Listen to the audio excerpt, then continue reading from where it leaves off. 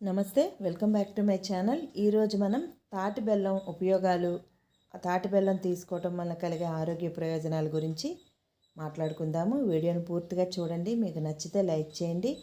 కొత్తగా మన ఛానల్ చూస్తున్న వాళ్ళు ఛానల్ని సబ్స్క్రైబ్ చేసుకోండి. ఇక విషయానికి వచ్చేద్దామా.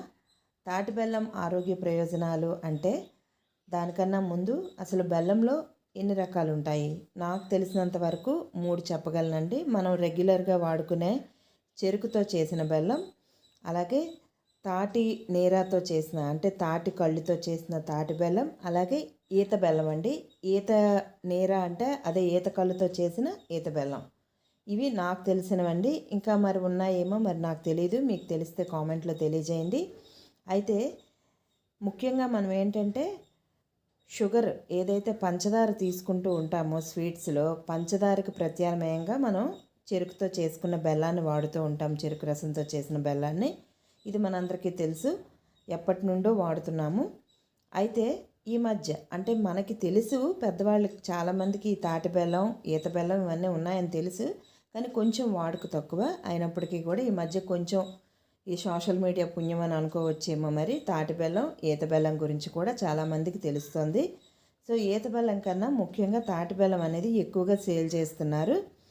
సో దీంతో ఏ రకంగా వంటలు చేసుకోవచ్చు, దీనివల్ల కలిగే ఆరోగ్య ప్రయోజనాలు ఏంటి, ఎలాంటి హెల్త్ ఇష్యూస్కి ఇది బాగా పనిచేస్తుంది అనే విషయాలపైన ఒక చిన్న బోర్డు లాంటిది పెట్టి కూడా దీన్ని మనకు బయట సేల్ చేస్తున్నారు. ఇక దీని కాస్ట్ విషయానికి వస్తేనండి, మామూలు బెల్లం కన్నా ఇది కొంచెం రేట్ ఎక్కువనే చెప్పాలి. ఇక ఈత బెల్లం కూడా కాస్త రేట్ ఎక్కువగానే ఉంటుంది. ఎందుకంటే ఇది తయారు చేసే ప్రాసెస్ కంప్లీట్లీ కొంచెం డిఫికల్ట్గా ఉంటుంది కాబట్టి, దీన్ని ప్రాసెస్ చేయటం కూడా కొంచెం కష్టం కాబట్టి రేట్ అనేది ఎక్కువగా ఉంటుంది. సో ఇప్పుడు తాటి బెల్లం ఆరోగ్య ప్రయోజనాలు ఏంటో చూద్దాము. తాటి బెల్లం పూర్తిగా ఆర్గానిక్ కావడంతో ఇందులో ఎక్కువ మొత్తంలో పోషకాలు ఉంటాయి. అధిక మొత్తంలో విటమిన్స్, మినరల్స్ ఉండటమే కాకుండా ఇవి త్వరగా ఆహారాన్ని జీర్ణం చేయడానికి ఉపయోగపడతాయి. దీనివల్ల జీర్ణ సమస్యలు ఉండవు. గ్యాస్, అసిడిటీ, మలబద్ధకం నుంచి కూడా బయటపడవచ్చు. తాటి బెల్లం జీర్ణక్రియను మెరుగుపరచడమే కాకుండా మలబద్ధక సమస్యను కూడా తొలగిస్తుంది. ముఖ్యంగా తాటి బెల్లంలో ఐరన్ అధికంగా ఉండడం వలన రక్తహీనత సమస్యతో బాధపడే వాళ్ళు రెగ్యులర్గా తాటి బెల్లాన్ని తీసుకోవచ్చు. అలాగే తాటి బెల్లంలో యాంటీ ఆక్సిడెంట్స్ అధికంగా ఉండడం వలన మన శరీరంలో దెబ్బతిన్న కణాల పునరావృతి జరుగుతుంది. అదేవిధంగా శ్వాసనాళం, జీర్ణ వ్యవస్థలు ఏ విధమైన మలినాలు పేరుకుపోయినా కూడా అవి కూడా తొలగిపోతాయి. అలాగే మన ఆరోగ్య వ్యవస్థను శుభ్రపరుస్తుంది. ఊపిరితిత్తులో జీర్ణాశయం, పేగులు ఆరోగ్యంగా ఉండటానికి ఉపయోగపడుతుంది. అలాగే తాటి బెల్లం చక్కెరకు ప్రత్యామ్నాయంగా తాటి బెల్లంలో 60 రెట్లు ఎక్కువ ఖనిజాలు, లవణాలు ఉన్నాయి. ఇది రోగ నివారణలో దిట్ట. క్యాన్సర్ను అరికట్టడంలో పనిచేస్తుంది. ఐరన్ సమృద్ధిగా ఉంటుంది. శరీరంలో వేడిని తగ్గిస్తుంది. శరీరంలో విష పదార్థాలను బయటకు పంపిస్తుంది.